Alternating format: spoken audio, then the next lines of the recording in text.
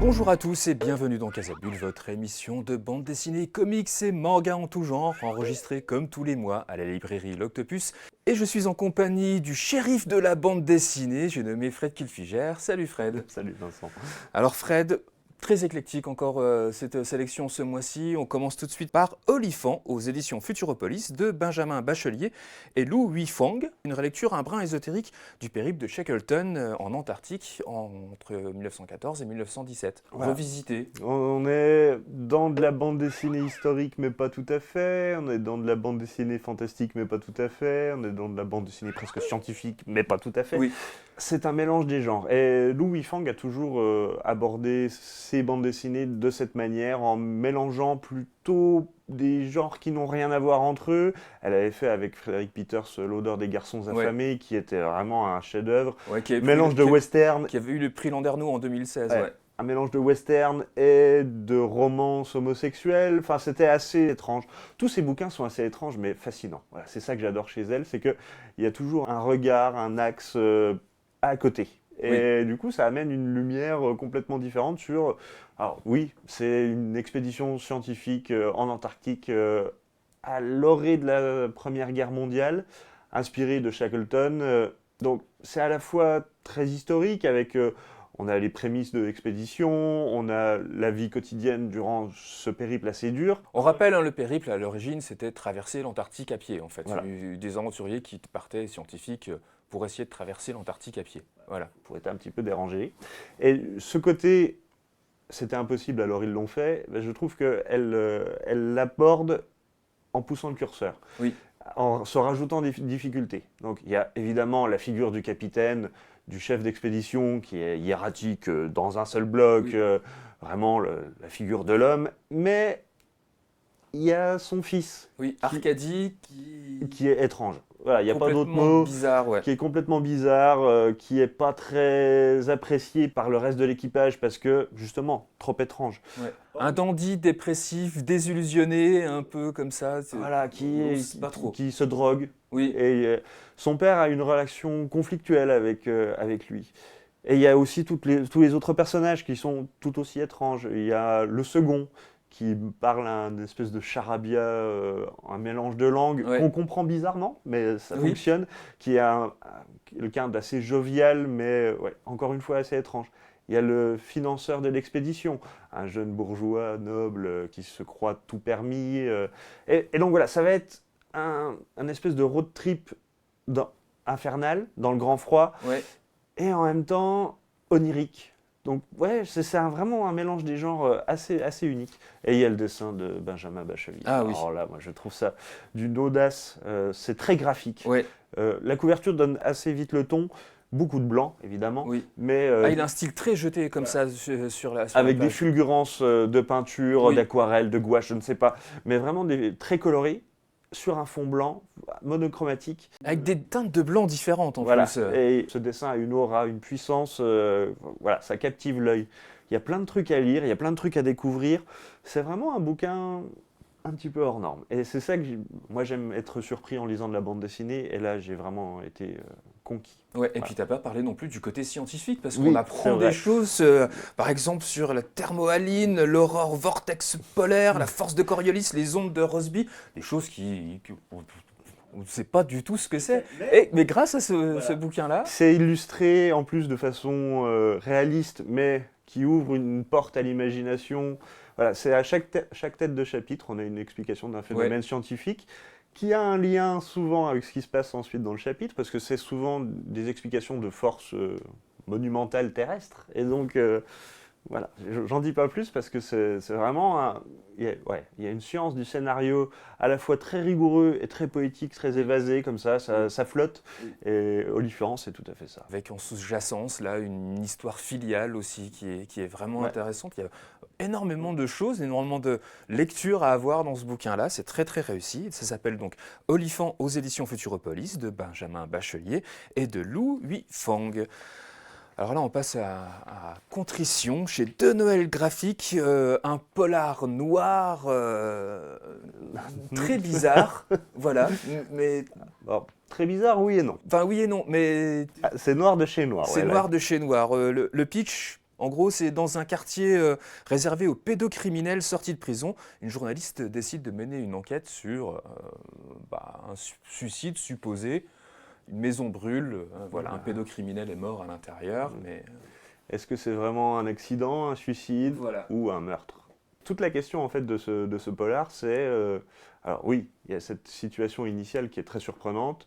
La victime est un criminel et un criminel du pire genre, Oui. on va dire, hein, Oui. vraiment les rebuts de la société. Et aux États-Unis, vu qu'ils n'ont pas le droit d'être à moins de 1000 pieds d'un D'une endroit école où il y a des où il y a des enfants. enfants, mais le choix est très mince. Et physiquement, il n'y a pas beaucoup d'endroits où on peut les exiler, entre guillemets. Oui. Ce qui fait qu'on se retrouve avec des espèces de communautés de pédocriminels, de criminels sexuels plutôt au sens large, Oui. rassemblés ensemble dans un seul endroit, surveillés de loin en loin par le département de la justice Oui. et un shérif local Voilà. qui surveille à peu près ça. Avec la religion qui vient là-dedans pour essayer de remettre les ouailles dans le droit chemin. Voilà, quoi. la rédemption par Ouais. la religion. Et donc, un meurtre, voilà, clairement, disons-le, et une journaliste qui va commencer petit à petit à dérouler les chevaux de l'intrigue. Mais moi, ce que j'ai vraiment aimé dans ce polar, donc c'est noir, c'est glauque, c'est pesant, Oui. mais il n'y a rien de visuel. Non. C'est vraiment une question d'ambiance. Et surtout, il y a un jeu avec la narration, c'est que très vite, cette journaliste s'efface pour laisser place à un autre protagoniste, Oui. que je ne peux pas dévoiler, Bah non. parce que sinon, voilà, ça gâche la surprise. Et se pose alors la question, et c'est vraiment, je pense, le cœur du bouquin, est-ce que le mal est inhérent à chaque homme, ou est-ce que juste une partie de la population est maléfique, mauvaise? Est-ce que une fois qu'on a commis le mal, on est irrécupérable ou pas? Enfin voilà, ce sont des Est-ce que le questions. mal est culturel ou naturel aussi? Ça Voilà. dépend peut-être des histoires de chacun. Donc il y a vraiment énormément de questionnements philosophiques Oui. qui sont franchement pas voilés, hein. Clairement, c'est Ah oui. c'est le cœur du bouquin. Il y a une multitude de points de vue, parce que certes, on a le point de vue de la journaliste qui est assez factuel, quoique un peu obsessive avec cette affaire. Ouais. Ça lui coûte d'ailleurs dans sa vie quotidienne. Oui. On a le point de vue des habitants du quartier, donc des criminels condamnés, et il y a des Il y a le point de vue du victimes. département d'État aussi. Oui, voilà, donc c'est vraiment une approche journalistique. En fait, moi, ça m'a pas mal fait penser à l'approche de David Simon pour ces séries télévisées, genre The Wire sur Oui. écoute. Donc avec une approche, je dirais pas empathique, mais se mettre... donner la parole à tout le monde pour avoir une vision globale de ce problème, parce que c'est un vrai problème de société. Et voilà, c'est intéressant d'avoir ça. Alors ça glorifie absolument pas, évidemment, Bien sûr que les non. criminels, mais on a le point de vue de tout le monde, et je trouve ça vachement intéressant. Et dans le dessin, et dans Voilà. la scénarisation du dessin, ouais, là on est dans une ambiance pesante, Que du noir et blanc. ouais, très charbonneux, hein, Ouais, comme c'est ça. vraiment très appuyé. Le dessinateur a utilisé une technique un peu mixte. Les décors sont très photographiques. Oui, Je pense qu'il travaille d'après photo. Et ces personnages sont un peu plus cartoon, on va dire, un Ouais. peu plus dessinés. Et donc il y a un espèce de décalage entre, ok, on a un fond de vérité, mais ça reste une fiction. C'est pas non plus un documentaire. Ouais. Donc voilà, c'est une approche. Oui, c'est charbonneux, c'est noir, c'est Oui. glauque, mais la couverture donne tout de suite le ton, hein. Oui. Clairement, Oui. on est vraiment dans ce genre d'ambiance. Et un chouette polar atypique. ça s'appelle Contrition aux éditions de Noël Graphique. C'est de Keiko et de Carlos Portela, c'est des Espagnols, c'est vraiment à découvrir. Ça s'appelle donc Contrition. Alors, dans une ambiance très noire, on passe dans une ambiance très blanche avec un western que tu voulais nous présenter d'Anthony Pastor, La femme à l'étoile aux éditions Casterman. Ah ouais, alors ça, pour moi, c'est déjà un des bouquins de l'année. D'accord. Clairement, là, j'ai trouvé ça de bout en bout, haletant, passionnant, super bien raconté, super bien dessiné, avec du fond. Enfin voilà, ça, c'est vraiment l'immanquable de ce mois-ci. La femme à l'étoile, on suit un jeune homme qui fuit quelque chose en plein hiver dans le Oui. Montana. Ce qu'il fuit, on se doute qu'il a commis un crime, mais on va le découvrir petit à petit. Et son espoir, son seul espoir, c'est de se cacher dans la vallée de Promessa. Il y arrive. Le problème, c'est qu'elle n'est pas inoccupée, comme il le pensait. Voilà, il pensait qu'il n'y avait personne dans ce petit village de chercheurs d'or. Voilà, chercheur d'or, un village abandonné, Oui, une complètement. mine qui n'a pas donné ses fruits. Oui, Et très isolé, en plein hiver, se dit « Ouais, ça va être compliqué de passer l'hiver, mais voilà, au moins je serai à l'abri. » Et il tombe sur la femme à l'étoile, qui elle s'y est réfugiée pour d'autres raisons, et qu'on va découvrir petit à petit. Évidemment, ils ne vont pas rester tout seuls tous les deux tout l'hiver. Hein. On se doute bien que les chasseurs de primes vont arriver, parce que ce crime qu'on va découvrir petit à petit ne peut pas rester impuni. Et ouais, franchement, je ne veux pas en dire trop, parce que c'est un vrai plaisir, et c'est tout à fait cohérent. Enfin, je veux dire, Puis c'est l'histoire de deux êtres quand même qui sont complètement différents, parce que... Qui ont eu des trajectoires dures, franchement, deux victimes qui se sont retrouvées bourreaux, à une certaine... bourreau ou vengeur, coupable, voilà. C'est un peu, voilà, et c'est justement toute cette ambiguïté, toute cette humanité, parce que la psychologie est vraiment très importante dans ce western. C'est un western psychologique, je ne trouve pas d'autre manière de dire. Et vraiment un western différent, parce qu'avec toute cette ambiance de neige, voilà. Au niveau du dessin, on a des teintes duochromes comme ça, avec du vert bleu pour la majorité du récit, mais il utilise aussi un rouge brun soufre pour des réminiscences de la souffrance. On sent que son trait est vraiment assuré, même un peu brut parfois comme ça, mais... Et puis il y a des ambiances de brouillard aussi qui sont... Tempête de neige, c'est vraiment un bouquin qui est surprenant. À moi, Anthony Pastor, ça fait très longtemps que je trouve qu'il a des bouquins. À chaque fois, il change de style graphique. Et c'est ça qui est impressionnant chez lui, c'est que on se dit à chaque fois, ouais, non, mais il est arrivé au bout de sa capacité à nous surprendre. Non, à chaque fois, il fait des récits de genre différents. Il avait écrit notamment Le Sentier des Rennes, déjà chez Casterman il y a quelques années, qui était beaucoup plus pointilliste, avec un dessin beaucoup plus réaliste, beaucoup plus détaillé, qui était déjà un très bon bouquin. Il a eu un prix à Angoulême pour un polar, Las Rosas chez Actes Sud, qui était avec des couleurs vives au Mexique. Enfin, c'est un artiste protéiforme et que je trouve franchement... Ah bah là, il utilise des lavis jetés comme ça en couleur directe. On sent que la façon de faire le dessin est encore très différente. Puis Anthony Pastor, un brin féministe aussi dans... La femme à l'étoile, c'est complètement un récit de trajectoire de femmes qui refusent le joug, qui se rebellent, qui n'acceptent pas, quitte à en payer le prix. Voilà. Et ça, chef-d'œuvre. Voilà. Et c'est pas usurpé. Un snow western donc réussi en tout point de la part d'Anthony Pastor. Ça s'appelle donc La femme à l'étoile et c'est aux éditions Casterman. Alors là, on passe aussi à un ovni que tu m'as fait découvrir. Ça s'appelle Betica Batenica aux éditions Réalistes, jeune maison d'édition. Une première bande dessinée de cette jeune femme, Romane Granger. Donc voilà, avec un format complètement bizarre. Voilà, format atypique, vous voyez, vraiment petit, plus petit qu'un livre de poche. Et justement, ce format n'est pas un gadget. Ce format contraint va obliger la narration à une page, maximum 2 cases, pas plus. Physiquement, c'est pas possible si on veut garder une lisibilité. Et du coup, ça amène un jeu sur la narration et un vrai côté page-turner. Parce que, une fois qu'on a chopé le bouquin, on ne peut plus le lâcher, ça défile, et c'est d'une rigueur incroyable. Alors, on suit 2 inspecteurs qui vont en Ardèche. A priori, il y a une secte qui commence à faire du dégât là-bas. Ils y vont. Eux n'y croient pas des masses. Ouais. Il y a juste des gens qu'on ne retrouve pas, que les familles ne savent pas où ils sont. Mais... Et donc, ils vont enquêter. Alors ça, c'est le tout début de l'histoire, et je ne vais pas en dire plus, parce que, il y a vraiment, encore une fois, plein de bouleversements, plein d'idées très différentes. Si je devais faire un pitch un peu plus réducteur, je dirais que c'est X-Files, mais sous LSD. Donc très, très, très acide, très surprenant, ça part vraiment dans tous les sens, mais c'est cohérent. Ça m'a fait penser aussi à Twin Peaks. Voilà, il y a un côté étrange, permanent, dans ce mais pas étrange surnaturel, étrange, malsain, glauque. Et ce que j'aime beaucoup, c'est le jeu sur les couleurs aussi. Parce que Romane Granger n'hésite pas à changer d'une page sur l'autre. On voit les protagonistes habillés par exemple en vert, la page suivante, les habits sont en rouge. Mais ça fait penser à un changement d'éclairage au cinéma. Donc voilà, des changements de teinte, des changements d'ambiance permanents comme ça. C'est presque un flipbook, tu vois. Enfin voilà, il y a ce côté, on tourne les pages très très vite. Ah oui, clairement. Pour que ça prenne vie.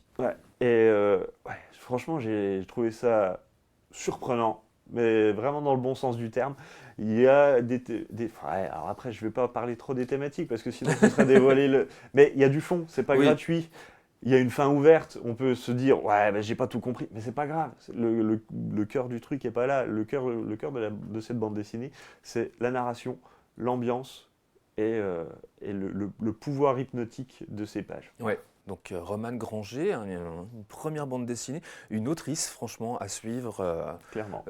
voilà, dans le futur, qui fait, à l'instar de Lucrèce André ou alors d'Ariana Melon, ces jeunes autrices qui, dès leur premier album, comme ça, donnent envie et qui imposent leur univers avec de quoi déconcerter. Elles déconcertent vraiment avec ce Betica Batellica aux éditions réalistes. D'un univers à l'autre, je voulais vous parler d'une bande dessinée de Yann Desgruel, ça s'appelle Les Veilleurs aux éditions Delcourt. C'est l'histoire vraie de Yann Desgruel, qui est dessinateur, auteur de bande dessinée, et qui, on le sait, les auteurs-dessinateurs de bande dessinée ne vivent pas forcément très bien de leur art. Et donc, il prend un second boulot de veilleur de nuit dans une maison qui s'occupe de personnes atteintes de TSA, c'est-à-dire de troubles autistiques sévères. C'est du récit de vie, Oui, c'est du témoignage. ouais.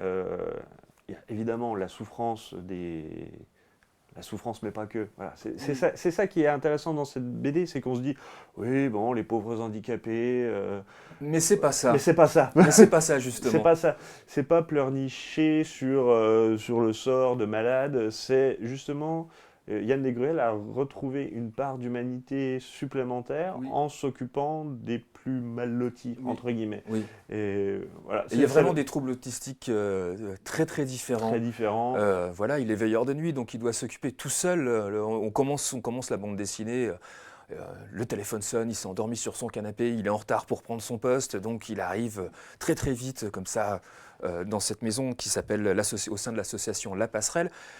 Et voilà, il prend son poste et là se retrouve tout seul à veiller sur des personnes atteintes de ces troubles-là. Donc c'est pas facile, suivant les gens, suivant les personnes, de se mettre, de comprendre leurs troubles et de pouvoir les gérer. Voilà, parce que dans son expérience, il n'y a qu'un seul malade qui peut parler. Oui. Donc après, il faut deviner, essayer de comprendre le non-dit, le non-verbal. Oui. Et non, c'est une expérience, c'est touchant comme bouquin. C'est ça. Et ça permet aussi de se rendre compte que ouais, c'est pas juste une catégorie. Ça nous remet en question face au handicap mental, clairement. C'est la façon dont on pourrait réagir, nous, à sa place.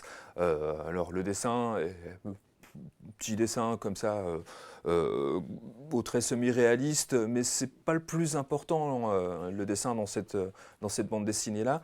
C'est vraiment comment on aborde comment on aborde l'autre, L'autre. Mais vraiment dans toute son Ouais. altérité. Et ça m'a fait un peu penser parce que Fabien Toulmé, quand il raconte l'Odyssée d'Hakim, ce migrant syrien, on dit toujours ouais, les migrants, c'est une grande catégorie qu'on imagine uniforme, et on a tendance à oublier la vie de chaque personne qui est bouleversée par des grands événements comme ça.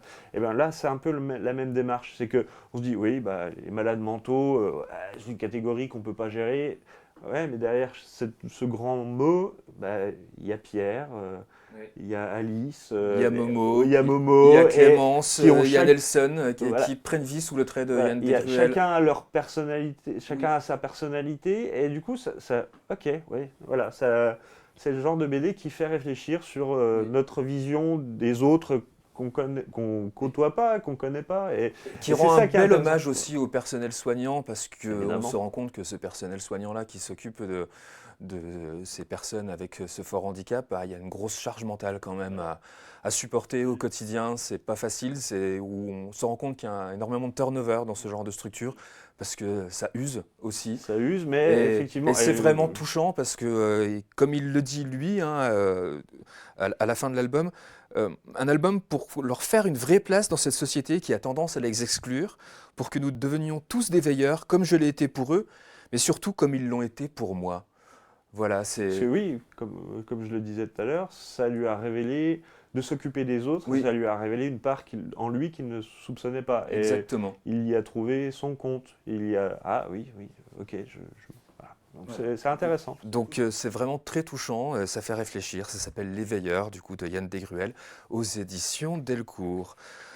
Alors là, complètement différent du manga Boko aux éditions Dupuis de Kenichi Sakemi, Santaro Kubota et Hideki Mori. Alors là, c'est une réédition, ça avait déjà été édité en 2003, je crois. Ouais, il y a une vingtaine d'années, sous le nom de Stratège. Ouais, On est dans la Chine mythique, avant l'unification, 200 ou 300 ans avant Jésus-Christ, alors qu'il y a plusieurs royaumes qui se combattent.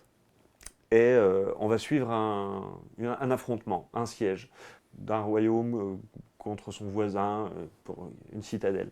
Et il y a ce stratège, il y a ce presque religieux qui a appris. à qui on fait appel justement pour essayer de sauver cette cité, parce que cette cité va se battre à 1 contre 10. Hein. Voilà, c'est ça. Et donc lui a étudié, ouais, je vous dis presque religieusement, il suit des préceptes contraires à l'art de la guerre. C'est vraiment l'art de la défense, ne pas attaquer, subir les assauts et épuiser l'adversaire. Et donc voilà, c'est pas un récit guerrier, même si évidemment c'est un récit de guerre, c'est un récit de résilience et d'acceptation et de... ouais, ok, on peut vaincre sans être offensif, voilà, ce genre de choses. Et ouais, je trouve déjà le principe assez intéressant. Alors, évidemment, il y a des scènes de violence, hein, c'est pas non plus Voilà. oui, oui, au pays des Schtroumpfs. Et surtout le dessin. Ouais, alors, c'est encore une fois, c'est du dessin très rétro, presque années 80, 90, donc il y a une esthétique très réaliste, mais en même temps un peu exagéré dans les attitudes, dans les grimaces. C'est ça. Mais je trouve que c'est vraiment surprenant comme manga, voilà. Et puis Vega a bien soigné la réédition, donc on a un grand format sur un beau papier. Voilà, je trouve que c'est vraiment un manga plaisant, ça se dévore. Et En plus, le 2e tome sort en juin. Ça va aller assez vite. C'est une série courte, hein, il doit y avoir 6 ou 7 tomes, je ne sais plus, mais voilà. Ça s'appelle donc Boko, aux éditions Vega Dupuis, de Kenichi Sakimi, Santaro Kubota et Hideki Mori. Alors très vite, on va passer à la jeunesse, mais un ovni là dans la jeunesse, Beowulf aux éditions Albin Michel, de Zach Weinersmith et de Boulet. Alors la rencontre de 2 artistes complètement différents en plus. Zach Weinersmith qui était le créateur du webcomic Saturday Morning Breakfast Cereal par exemple, et Boulet, bon, qu'on ne présente plus. Hein. C'est la fierté nationale, Oui. un des originaux du blog sur Internet, du blog BD sur Internet, qui a dessiné Ragnarok, la rubrique scientifique, des donjons. Voilà, c'est pléthore. Voilà, plein. Et là, ils décident d'adapter ensemble le poème épique anglais du XIIe siècle, Beowulf, où un grand guerrier terrassait un ogre, Grendel. Et bien là, c'est Beowulf. Ce sont des enfants qui veulent défendre leur cabane arbre contre Grendel, un affreux vieux bonhomme qui n'aime pas les enfants. Il n'aime pas le bruit, il n'aime pas les tâches. Et il a un pouvoir affreux. S'il te touche avec son doigt, tu deviens tout vieux, tout ridé, tout chiant comme lui. Et voilà. Et donc c'est... Alors on pourrait se dire, ouais, bon, c'est rigolo, mais ça va pas beaucoup plus loin. Non, c'est plus que ça. C'est plus que ça. Parce que Weinersmith a vraiment gardé la forme du poème épique. Donc on a vraiment c'est pas de la narration en case, en bulle ou quoi que ce soit. Non. C'est un long poème avec des stances, avec des allitérations, avec des assonances, avec des rimes. D'ailleurs, un petit bravo à Aude Pasquier qui a traduit ça en français parce que ça devait pas être simple. Et puis alors le dessin de Boulet. Alors la couverture donne pas le ton. Là, la couverture est très colorée. À l'intérieur, c'est que du noir et blanc. Mais un noir et blanc ultra détaillé pour que les gamins passent des heures et des heures à regarder les illustrations. Plein de détails. Ah tiens, oui, il y a des petits clins d'œil à plein de trucs. Et alors, moi, ce que je conseille, c'est d'accompagner la lecture. C'est un gros bouquin qui fait quasiment 200 pages. À partir de 7 ans, on va dire, vous lisez ça à votre enfant, juste à côté, vous lui montrez le bouquin, vous prenez les voix, vous jouez, vous surjouez un petit peu le truc, et votre gamin est captivé. Et en tant qu'adulte, vu qu'il y a plein de clins d'œil à l'enfance, et même en tant qu'adulte, on se dit, ouais, ok, Grendel, c'est un peu moi quand je râle pour rien, comme ça. Donc voilà, c'est un bouquin ultra riche, franchement. C'est ultra intelligent. C'est ultra intelligent, c'est super bien fait.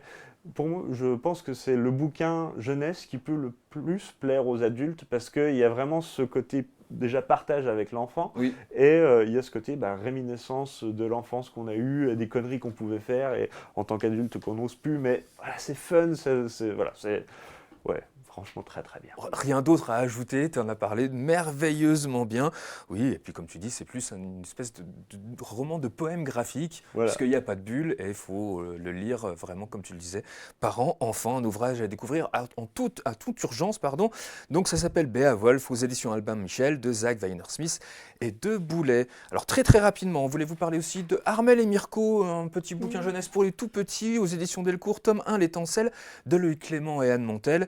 Et de Julien Arnal, Le temps des mitaines, voilà. Ouais, clair. Et là, c'est l'histoire d'une petite tortue qui a un peu peur. Un peu peur de tout et surtout du noir. Elle n'ose pas se réfugier dans sa carapace parce que forcément, elle a peur du noir. Donc, elle est en danger tout le temps parce que... Elle a peur de tout. Elle a peur de tout. Et là, elle rencontre une petite Luciole, Mirko, qui va tout changer. Donc, franchement, les dessins sont choupinet comme tout, c'est ultra mignon, c'est frais, c'est tout pour les tout petits, on voulait vous en parler. C'est très chouette, réussi, très réussi. C'est du 32 pages. Ouais. Par contre, c'est quand même très écrit. Je veux dire, il y a une vraie qualité littéraire aussi. Les dessins à l'aquarelle sont magnifiques, rappellent d'ailleurs ceux d'Anne Montel. Oui. En moins précieux, plus généreux, on va dire, plus flamboyant. Voilà, plus flamboyant, c'est ça. Plus pétillant au niveau des couleurs alors aussi. qu'Anne a une préciosité, une méticulosité. Voilà, moi j'adore. Voilà, j'adore le travail d'Anne Montel et Loïc Clément. Si votre enfant a peur du noir, il aura plus peur du noir après cette belle fable comme ça, mignonne. Ça s'appelle donc Armel et Mirko aux éditions Delcourt, de Loïc Clément, Anne Montel et Julien Arnal. Et pour terminer très vite, je voulais vous parler de Il était une fois en Jamaïque aux éditions Futuropolis de Loulou Dedola et de Lucas Ferrara. L'histoire du One Love Peace concert avec Bob Marley à l'époque a réussi à réunir sur scène les deux rivaux politiques qui voulaient absolument le pouvoir pour les élections qui allaient à suivre, Michael Manley, de très conservateur du JLP, donc du Jamaica Labour Party, et Edward Seaga du People's National Party. Il faut se rappeler qu'à l'époque, il y avait une vraie guerre civile et que les deux politiques usaient des gangs, des bidonvilles, et voilà, pour pouvoir essayer de ramener des voix pour eux. Donc c'était très chaud. Alors cette histoire est très intéressante parce qu'il y a un vrai travail de recherche de Lucas Ferrara et Loulou Dedola où ils sont allés interviewer vraiment les acteurs encore vivants de cette époque pour vraiment réécrire cette histoire.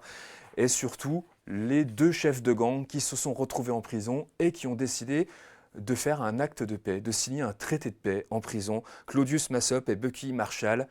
Et on revoit toute cette histoire avant le One Love Peace concert de cette époque où la Jamaïque était quand même à feu et à sang, et comment des gangs ont pu essayer de s'entendre en faisant revenir Bob Marley, qui était la star de la Jamaïque et que tout le monde aimait, l'idole, pour pouvoir justement arrêter cette violence de guerre civile. Et voilà, on se rappelle bien sûr de l'image de Bob Marley avec les deux leaders blancs des partis concernés sur scène. Mais c'est vraiment une enquête qui retrace tout ça, c'est vraiment très très bien réussi, avec un dessin réaliste qui colle au récit. Ça s'appelle donc Il était une fois en Jamaïque aux éditions Futuropolis, de Loulou Dedola et de Lucas Ferrara. Voilà, on a terminé. Fred, c'était encore dense et intense cette sélection de bandes dessinées. Merci beaucoup. Plaisir. On se voit le mois prochain pour une nouvelle sélection. Évidemment. Merci à vous de nous avoir suivis. Je vous rappelle que cette émission est toujours en podcast sur le site de Vosges Télévisions, à la rubrique culture, vosgestélévisions.tv, et que on retrouve toutes ces bandes dessinées dont on parle dans des petites rubriques sur la chaîne YouTube Ticazabule. Je vous souhaite de passer une bonne soirée et maintenant éteignez votre télévision et lisez de la bande dessinée. Salut à tous et au mois prochain.